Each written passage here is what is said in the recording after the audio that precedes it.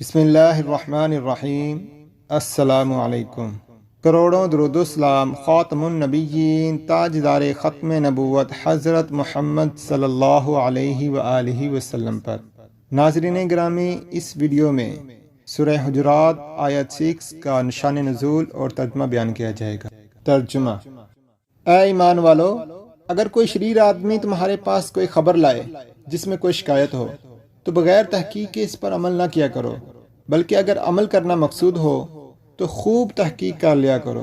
کبھی کسی قوم کو نادانی سے کوئی ضرر نہ پہنچا دینا، پھر اپنے کیے پر پچھتانا پڑے۔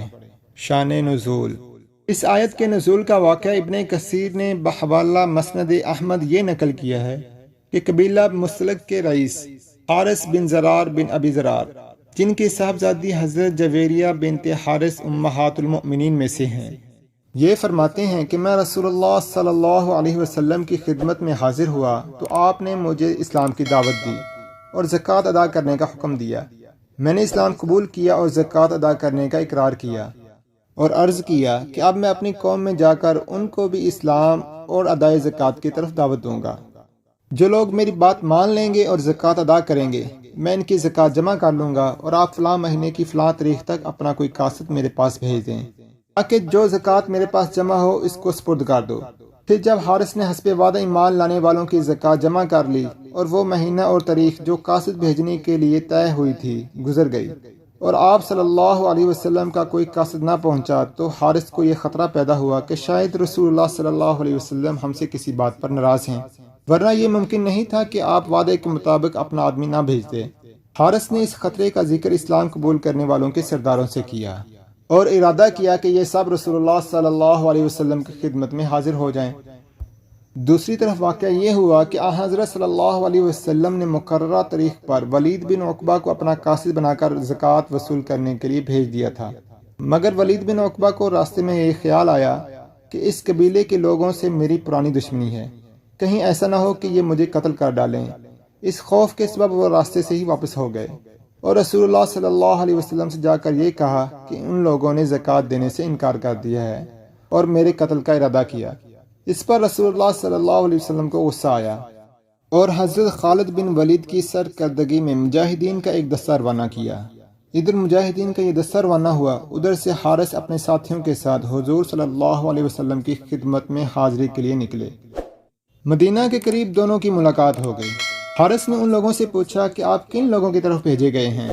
مجاہدین نے کہا کہ ہم تمہاری طرف بھیجے گئے ہیں۔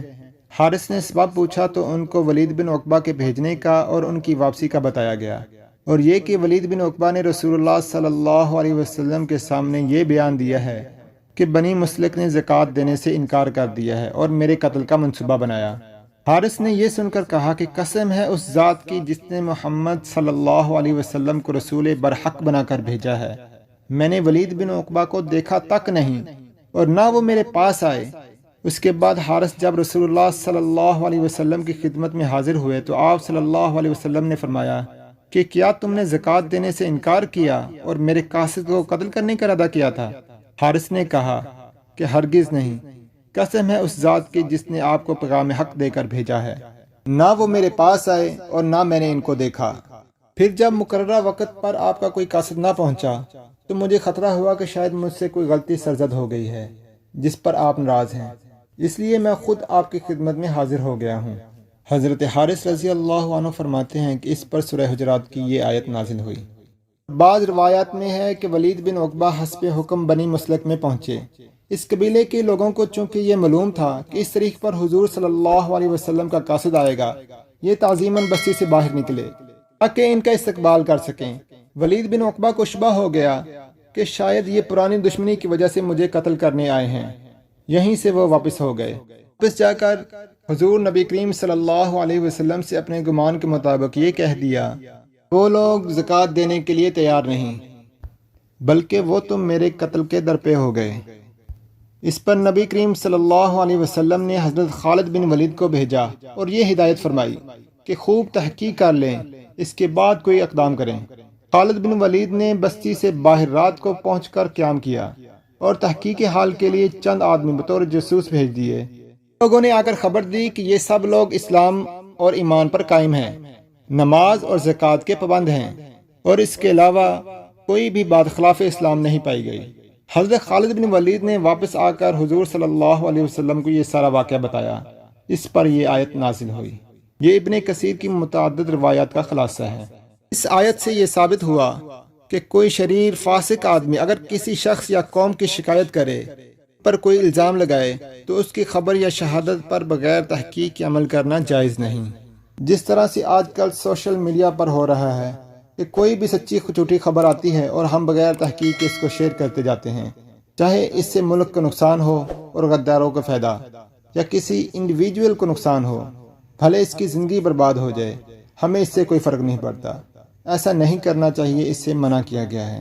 ولید بن عقبہ کو صحابی ہوتے ہوئے قرآن مجید نے فاسق کہا تو اس میں کوئی اشکال نہیں ہے، کیونکہ اس واقعے کے بعد جب ولید بن عقبہ نے صدقے دل سے سچی توبہ کر لی تو ان کا فسق زائل ہو گیا۔ لہذا کسی صحابی کو فاسق کہنا ہرگز جائز نہیں ہے، کیونکہ اس پر امت کا اجماع ہے کہ ہر صحابی صادق، عادل اور پابند شرع ہے۔ واللہ تعالی اعلم۔ کی محمد سے وفا تو نے تو ہم تیرے ہیں، یہ جہاں چیز ہے کیا لوح و قلم تیرے ہیں۔ لبیک لبیک لبیک یا رسول اللہ صلی اللہ علیہ وآلہ وسلم۔ تاجدار ختم نبوت زندہ باد زندہ باد۔ اپنا اور اپنے گھر والوں کا خیال رکھیے اور ہمارے اس چینل کو سبسکرائب ضرور کریں۔ شکریہ۔ اللہ حافظ۔